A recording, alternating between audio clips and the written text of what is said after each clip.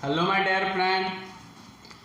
Dear friend, आज हम class 12 का जो होता है मैट्रिक्स मिसलेनियस का लेके आए। हमने आप लोग को 4 क्वेश्चन तक बता दिए थे। अब 5वां क्वेश्चन देखिए। So that the matrix B dash A B is symmetric और एस्क्यू सिमेट्रिक अकॉर्डिंग टू के अनुसार ए सिमेट्रिक और एस्क्यू सिमेट्रिक। ए जो होता है हमको सिद्ध करने के लिए बोलता है कि बी डैश ए बी जो होता है वो सिमेट्रिक और एस्क्यू सिमेट्रिक होगा, और ए क्या दिया है के अनुसार according to A is symmetric और एस्क्यू सिमेट्रिक दिया है। तो आइए 5वां का सॉल्यूशन करते हैं। Solution number 5। तो क्या दिया हुआ है कि ए इज सिमेट्रिक मैट्रिक्स। आप लोग पढ़े होंगे कि जब ए का ट्रांसपोज करने पर वही मैट्रिक्स हमको प्राप्त होता है तो उसको हम सिमेट्रिक बोलते हैं। तो यहाँ से देखिए, लेट अल्फा बराबर क्या मान लिए हैं कि बी डैश ए बी को हम अल्फा मान लें। देन तब अल्फा का जब ट्रांसपोज किया जाए तो बी डैश ए बी का ट्रांसपोज, तो यहाँ से देखिए तो बी डैश ए डैश बी डैश फिर उसका ट्रांसपोज। यहाँ से देखिए आप लोग पढ़ेंगे जब एक मैट्रिक्स को एक बार ट्रांसपोज किया जाए पुनः दूसरा बार उसको ट्रांसपोज किया जाए तो वही मैट्रिक्स हमको प्राप्त होता है। ये आप लोग पढ़े होंगे। तो यहाँ से देखिए बी डैश रहेगा ही ए डैश बी डैश, यहाँ बी हो गया। अब देखिए, अब यहाँ से हम क्या करते हैं, ए डैश बराबर ए लिखते हैं। यहाँ दिया हुआ है क्योंकि ए डैश क्या है, एक सिमेट्रिक मैट्रिक्स है, तो बी डैश ए और बी। तो क्या आप इसके बदले अल्फ़ा लिख सकते हैं? इसके बदले अल्फ़ा लिख सकते हैं, क्यों नहीं लिखेंगे। तो यहाँ से देखिए जब उसको ट्रांसपोज करने पर हमें वही मैट्रिक्स प्राप्त होता है तो तब हम क्या करते हैं, तो 10 इस प्रकार कि बी डैश ए और बी इज सिमेट्रिक मैट्रिक्स हो गया। अब दूसरा देखिए, दूसरा में ए क्या है, एक ये तो सिमेट्रिक पे हम चेक किए हैं, सिमेट्रिक पे। अब एस्क्यू सिमेट्रिक पर चेक करेंगे एंड और, तो एस्क्यू सिमेट्रिक पे चेक कीजिए तो क्या ए इज एस्क्यू सिमेट्रिक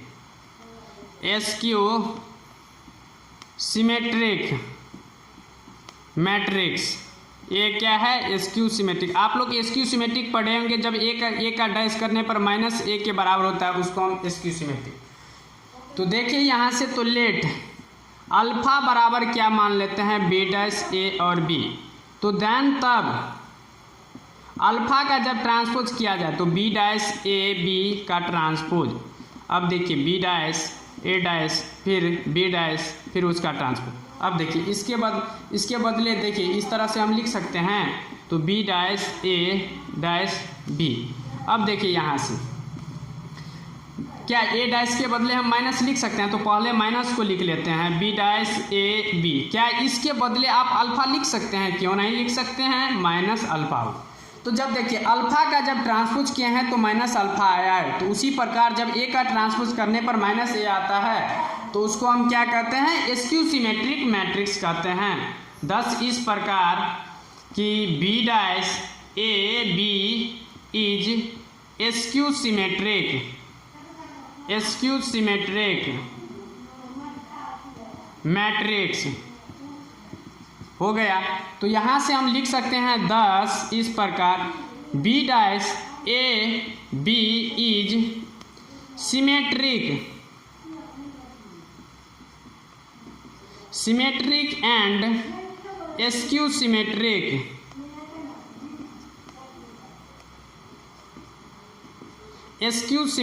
मैट्रिक्स हो गया। तो यही हमको प्रूव करने के लिए बोल रहा था, क्या बी डैश ए बी जो होता है सिमेट्रिक और एस्क्यू सिमेट्रिक होगा, यही हमको प्रूव करने का। अब इससे आगे क्वेश्चन 5वां नंबर क्वेश्चन देखिए।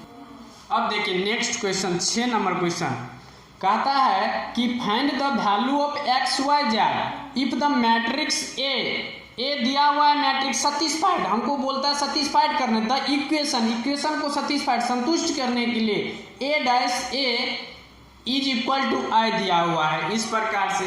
तो a डैश a इज इक्वल टू हम लिख लिए क्योंकि आप लोग जानते हैं कि 3x3 ऑर्डर का आइडेंटिटी मैट्रिक्स 1 0 0 1 0 1 0 0 0 1 होता है।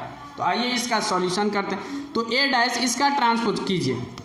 आप क्या कर सकते हैं, ट्रांसपोज कर रहे हैं तो आप क्या कर सकते हैं, रो को जो होता है वो कॉलम में बदल सकते हैं या कॉलम को रो में। आप पे डिपेंड पड़ता है कि आप क्या कर सकते हैं, आप पे डिपेंड पड़ता है कि आप रो को बदलिए या कॉलम के बदलिए। वैसे माने मेन है कि रिजल्ट वही आएगा।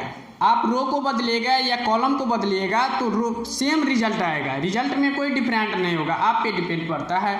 तो आइए 0x x 2y y minus y हुआ। अब यहाँ से z माइनस z और z इस प्रकार से। अब देखिए 0 2y z x y minus z x minus y z लिखिए 1 0 0 0 1 0 0 0 1 इस प्रकार से। This implies. अब देखिए इसको आप मल्टीप्लाई कीजिए तो 0 into 0 0 x square plus x square 2x square, फिर मल्टीप्लाई कीजिएगा तो 0 0।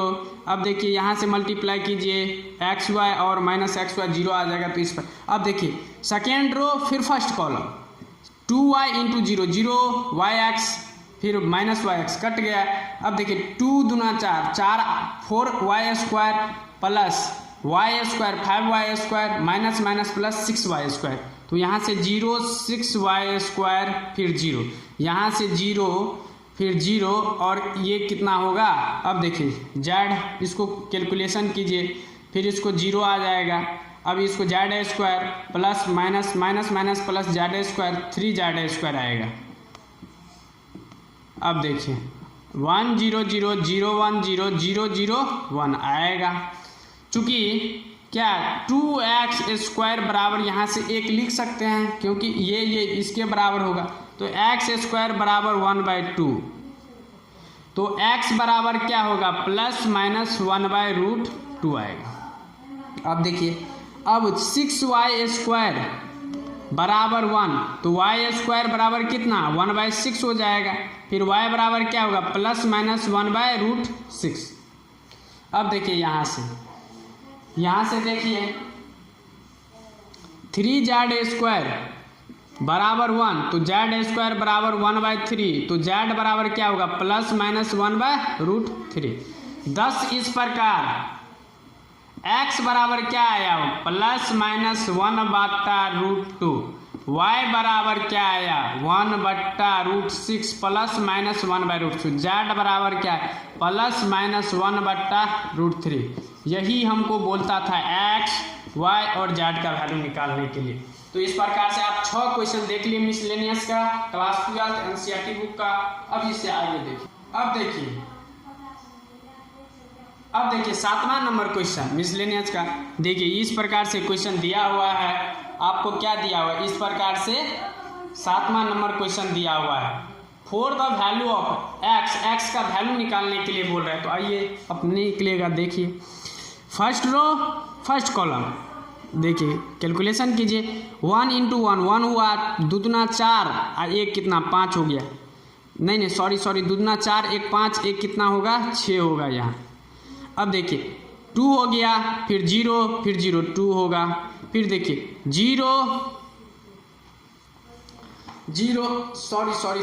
सॉरी एक बात ये लिखना जरूरी था क्वेश्चन में। अब देखिए यहाँ दिया है 0 to x दिया हुआ है 0 to x अब बराबर 0, ये है क्वेश्चन। तो यहाँ से 2 आया। अब देखिए फर्स्ट रो थर्ड कॉलम 0 2 और कितना 2 कितना होगा 2 और 2 कितना 4 होगा। अब 0 to x बराबर 0। अब देखिए कैलकुलेशन कीजिए 6 इंटू 0 0 हो गया, 2 दूना 4 तो 4 रहेगा। और देखिए 4x plus 4x is equal to 0। अब देखिए यहाँ से चूँकि 4 plus 4x is equal to 0 तो यहाँ से 4x बराबर -4 क्योंकि प्लस में तो बराबर की उस साइड साइन बदल जाता है। तो यहाँ से x बराबर क्या होगा -4/4 कितना -1 आएगा। तो यहाँ से x का वैल्यू हमें क्या -1, यही आपका आंसर हो गया। इस प्रकार से 7 नंबर क्वेश्चन हो गया। अब इससे आगे क्वेश्चन देखिए। अब 8वां क्वेश्चन देखिए, कहता है कि इफ a बराबर दिया हुआ है, क्या दिया, 3 1 -1 2 दिया, ठीक है। सो डैट हमें सिद्ध करने के लिए बोलता है a² - 5a + 7i बराबर 0। तो हम क्या करते हैं, LHS से भरते हैं। यहाँ से LHS लेफ्ट हैंड साइड क्या दिया हुआ है, तो a² - 5a + 7i, तो a² - 5a + 7i इक्वल नहीं हो, LHS से बढ़े, RHS अपने आएगा, LHS में पहले चेक कीजिए। अब देखिए यहाँ से क्या करते हैं, तो LHS में a का मान पहले से दिया हुआ है, तो 3 1 -1 2, 3 1 -1 2, इस प्रकार से -5 a कितना दिया है, 3 1 -1 2, इस प्रकार से +7, 2x2 ऑर्डर का आइडेंटिटी मैट्रिक्स 1 0 0 1 होता है। अब इसको देख, 3 3 9 फर्स्ट रो फर्स्ट कॉलम, 3 3 9, 9 में से 1 गेले तो 8 भेले, 3 1 3 आ 2 कितना 5 हो गया 5। अब देखिए -3 -2 कितना -5 हो जाएगा, -1 और +4 कितना 3 हो जाएगा। अब माइनस का चिन्ह, तो माइनस, अब कैलकुलेशन 5 दिया 15, 5 -5 और 5 दूना 10 +7 0 0 7, इस प्रकार से। अब देखिए पहले बोर्ड मास में आप लोग पढ़े होंगे, पहले जोड़ का क्रिया होता है, उसके बाद घटाव का होता है। तो इस प्रकार से करें, 8 और 7 कितना 15 हो गया, 5 + 0 तो 5, -5 + 0 तो -5 और 7 3 कितना 10 हो गया। अब देखिए 15 5 -5 और कितना 10। अब देखिए यहाँ से देखिए 15 में से 15 0, 5 में से 5 0, -5 + 5 0, 10 में से 10 गया 0 बराबर। तो यही क्या हमको RHS में बोल रहा था प्रूव करने, तो यही तो आपका प्रूव्ड हो गया। तो देखिए LHS से बढ़े और RHS आए, LHS RHS में 0, यही हमको प्रूव करने के लिए बोला। तो इस प्रकार से 8 नंबर क्वेश्चन हो गया। अब इससे आगे देखिए। अब देखिए 9 number question, 9 number find the x का वैल्यू निकालने के लिए ये 9 नंबर क्वेश्चन बोल रहा है। तो आइए देखते हैं। तो यहाँ से कैलकुलेशन कीजिए, क्या है, यहाँ से आप कैलकुलेशन कीजिए, तो x × x हो गया 0 और -2 तो x -2 हो गया, ठीक है। फिर फर्स्ट रो सेकेंड कॉलम ये 0, फिर -10, फिर 0 तो -10 हो गया। अब देखिए 2x -5 -3 तो 2x -8। अब यहाँ से x 4 और कितना है 1 है बराबर 0, ठीक है। अब देखिए x × x² -2x हो गया, x² -2x -40 और प्लस का चिन्ह, तो प्लस का चिन्ह -2x -8 हो गया बराबर 0 हो गया। यहाँ से देखें तो x² रहेगा -2x आप +2, ये तो कैंसिल हो गया। तो देखिए माइनस में, तो x² -48 बराबर 0, x² बराबर क्या 48 आ गया। तो x बराबर क्या होगा √48। अब तो यहाँ से देखिए 48 का क्या होगा, तो यहाँ से ±4√3, तो x बराबर क्या होगा ±4√3, यही आपका आंसर हुआ। तो इस प्रकार से 9 नंबर क्वेश्चन हो गया। अब इससे आगे देखिए। अब देखिए अब लास्ट क्वेश्चन है 10 नंबर। 10 नंबर तक हम बता देते हैं, उससे आगे 11 12 13 14 अगले 15 अगले लेक्चर में हम बताएंगे।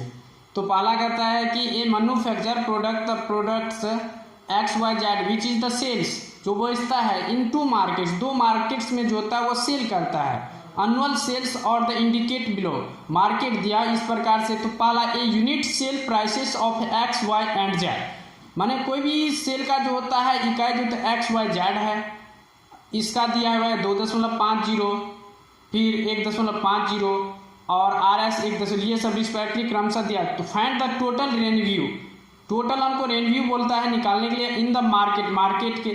तो the help of matrix algebra का हेल्प कीजिए। कोई इस क्वेश्चन में कोई दम्य नहीं है। तो देखिए क्या क्या दिया हुआ है क्वेश्चन, तो दिया पहला प्रोडक्ट में दिया हुआ है कि 10,000 दिया हुआ है, दूसरा में कितना 2,000 दिया है, हमको अलजेब्रा बोलता है, अलजेब्रा से निकालने के लिए तो तीसरा में दिया हुआ है 18,000।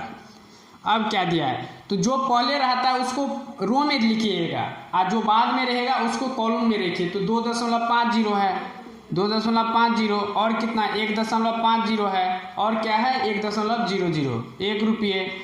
पहले जो होता है पहला सेल जो होता है 2.25 रुपये और दूसरा सेल 1.5 रुपये और तीसरा सेल 1 रुपये। तो आइए सॉल्यूशन करते हैं।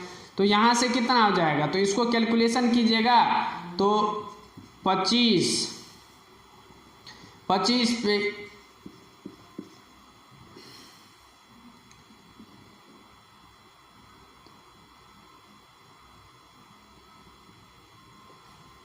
कैलकुलेशन कीजिए। अब 0.2 अंक के बाद है तो 2 अंक के बाद होगा दशमलव, प्लस का चिन्ह तो प्लस का चिन्ह। अब देखिए ये कितना हो गया 15 दूना 30 तो 30 पर कितना 1 2 3 पहले से 1 4 तो 0.2 अंक के बाद है अब प्लस ये तो 18,000 इस प्रकार। टोटल इसको कैलकुलेशन कीजिएगा तो कितना आएगा 3 0 और यहाँ से 3 0 चला आया, यहाँ से 3 0 पहले आया जाएगा। 25 और 3 28 18 कितना 46 होता है।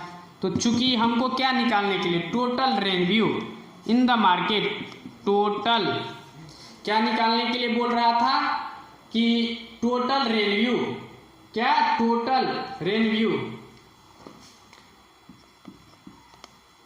टोटल कितना रेवेन्यू सॉरी क्या निकालने के लिए बोल रहा था total revenue, total revenue in the market कितना होगा 46,000। यही आपका आंसर। जिस प्रकार से हम 10वां का पाला बताए उसी प्रकार से आप 20 नंबर बता दिए, सेम प्रोसेस पे। जो पहले है तो पहले लिख लीजिएगा और जो बाद में है उसको बाद कॉलम में लिख लीजिएगा। तो इस प्रकार से 10 तक क्वेश्चन करा दिए हैं, 4 तक छोड़े थे, 4 के बाद आज दूसरा लेक्चर में हम 10 क्वेश्चन करा दिए हैं। तो अब रेगुलर वीडियो अगर आप रेगुलर आपको वीडियो मिलेगा प्रत्येक दिन। तो इस प्रकार से आपने 10 क्वेश्चन तक देख लिए। अगर दोस्त आपको वीडियो अच्छा लगे तो आप लाइक सब्सक्राइब कमेंट जरूर कीजिएगा और अपने दोस्त को अधिक से अधिक शेयर करने का प्रयास कीजिएगा जिससे उसको भी कुछ बेनिफिट मिलते रहेगा। तो अब बच गया आपको टोटल क्वेश्चन 1 2 3 4 5 जिसमें से 2 सब्जेक्टिव और 3 ऑब्जेक्टिव है। तो इस प्रकार से अगले लेक्चर में हम ये क्वेश्चन आपको कराएंगे।